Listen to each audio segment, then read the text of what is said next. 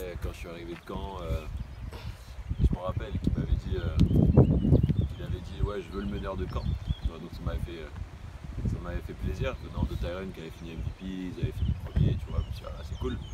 Mais je pense que déjà la non-montée a fait qu'au club c'était compliqué dans l'état d'esprit. Je pense que Tyrone aussi.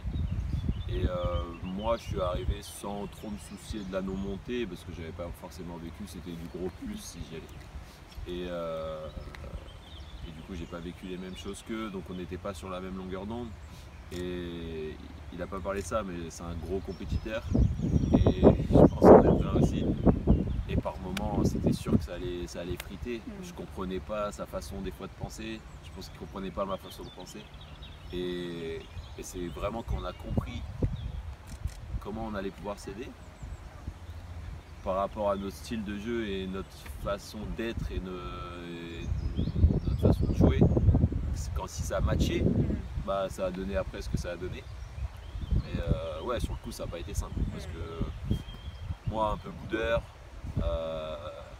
lui, il était dans son truc, tu vois. Il faut le connaître aussi. Il faut apprendre à le connaître. C'est pas quelqu'un c'est quelqu'un de spécial. Mais dans le bon terme, dans le bon.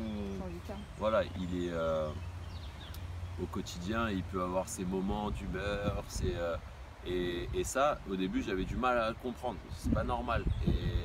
Et après, j'ai compris. Et lui, il a compris que en fait, c'était pas en me criant dessus, tout. Il m'a épaulé, il m'a été les petits gestes, les trucs, et tout ça, ça m'a aidé à me développer.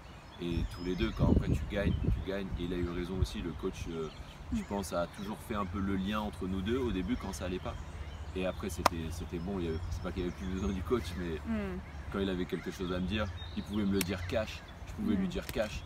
Et ça repartait après hyper bien. Donc, non, c'est une relation, ouais, c'est une relation folle, quoi.